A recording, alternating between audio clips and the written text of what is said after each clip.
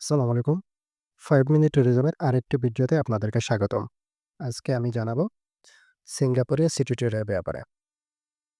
তো আপনারা ঢাকা থেকে যখন রাতের বেলা রওনা দিবেন, আপনারা হয়তো সকাল ৭ঃ০০ থেকে ৯ঃ০০ র ভিতরে সিঙ্গাপুরের চাঙ্গি এয়ারপোর্টে নামবেন।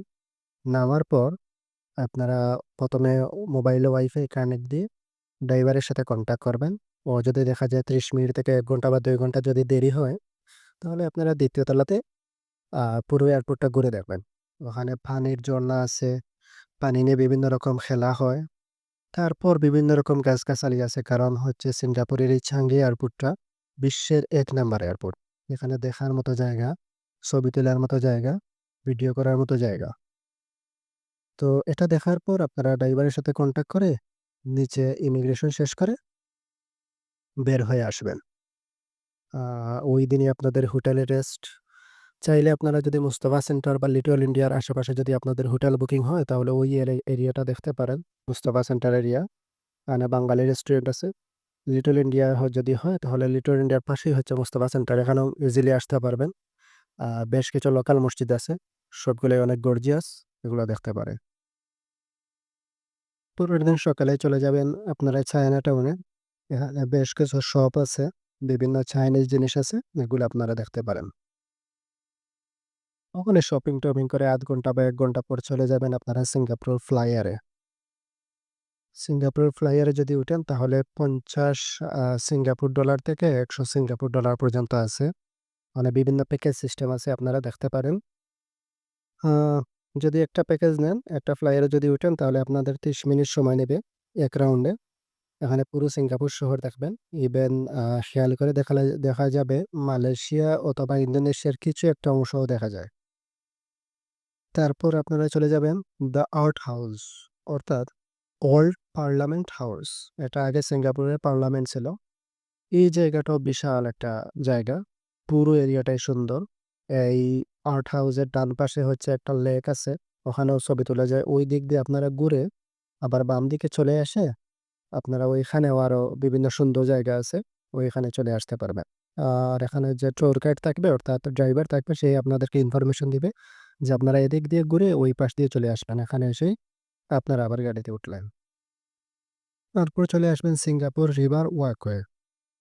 এখানে আপনারা হাঁটতে পারবেন, ছবি তুলতে পারবেন। এই এরিয়াটা আসলেই অনেক সুন্দর। এখানে প্রচুর সুন্দর, সুন্দর ছবি ওঠে।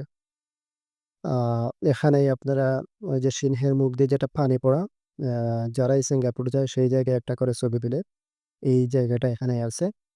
এখান থেকে আপনারা আ মেরিনা বেও দেখতে পারবেন। মেরিনা বের ছবি নিতে পারবেন এখান থেকেই। অর্থাৎ মেরিনা বের ছবি এখান থেকে দাঁড়িয়ে আপনারা একসাথে নিতে পারবেন। তারপর চলে আসবেন মুস্তাফা সেন্টার। এটা লিটল ইন্ডিয়ার একটা অংশ।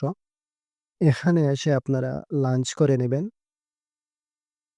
শপিং এর জন্য একটা আদর্শ জায়গা। অর্থাৎ আমরা বাংলাদেশী যারা আছে এখানে মুস্তাফা সেন্টারের ওদিকে সব ধরনের দোকান আছে। সুপার শপ আছে, সোনা আছে। আপনারা যা চান অর্থাৎ বৈধ যত জিনিসগুলো আছে মোটামুটি সবগুলাই এখানে আছে। অবৈধ জিনিসও আছে।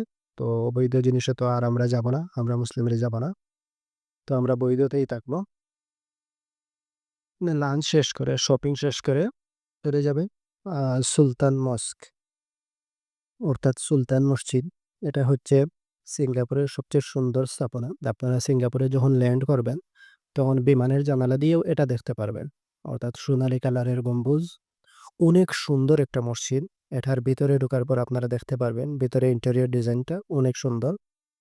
মসজিদের গেট পাস হওয়ার পরে হাতের বাম দিকে দেখতে পারবেন অমুসলিম যারা আছে তাদের জন্য দর্শনীয় দেখার জন্য একটা সুযোগ আছে। এখানে টিকেট কেটে দিতে হয়। তো আমরা তো মুসলিম, আমরা তো আর বাম দিকে যাব না।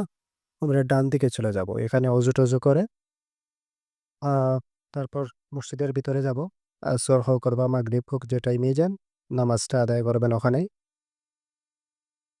ওখানে চাইলে রাতের খাবারটাও খেয়ে নিতে পারেন। ওখানে তুর্কি খাবার আছে। অথবা আপনারা আসার সময় আ মুস্তাফা সেন্টার হয়ে এসে খাবার-টাবার খেয়ে তারপর রাতের রাতের খাবার খেয়ে নিতে পারেন। তো ধন্যবাদ সবাইকে। দেখা হচ্ছে পরের অন্য কোনো ভিডিওতে। ততক্ষণ পর্যন্ত ভালো থাকবেন।